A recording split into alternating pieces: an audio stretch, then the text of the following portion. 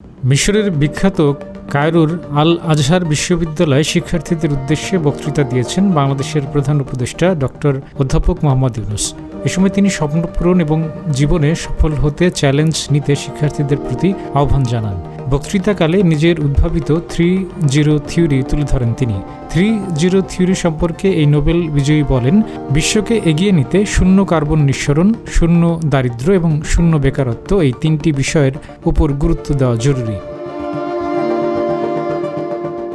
এক বিজ্ঞপ্তির বরাত দিয়ে বাংলাদেশের সরকারি সংবাদ সংস্থা বাসস জানিয়েছে, বৃহস্পতিবার 19 ডিসেম্বর রাতে কায়রোর আল আজহার বিশ্ববিদ্যালয়ে বক্তৃতা দেন প্রধান উপদেষ্টা।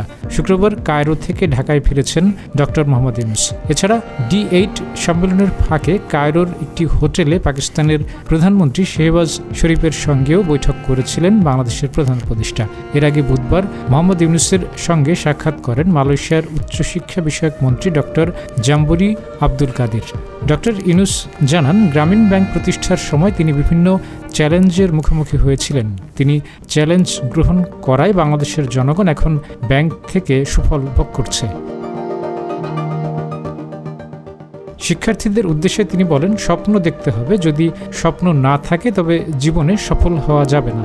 প্রফেসর ইউনূস বলেন, তার স্বপ্ন ছিল বলেই গ্রামীণ ফোন প্রতিষ্ঠা করা সম্ভব হয়েছে।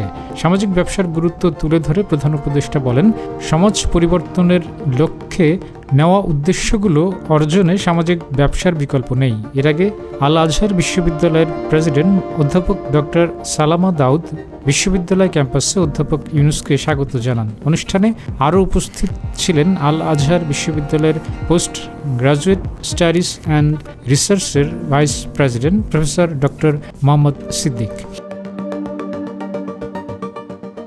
বুধবার সকাল 11টায় উন্নয়নশীল 8 দেশের D8 সম্মেলনে যোগ দিতে মিশরের রাজধানী কায়রোতে পৌঁছান প্রধান উপদেষ্টা। সেখানে তাকে স্বাগত জানিয়েছেন মিশরের পাবলিক বিজনেস সেক্টর মন্ত্রী মোহাম্মদ শিমি। পরে মন্ত্রীর সঙ্গে সংক্ষিপ্ত বৈঠক করেন প্রধান উপদেষ্টা।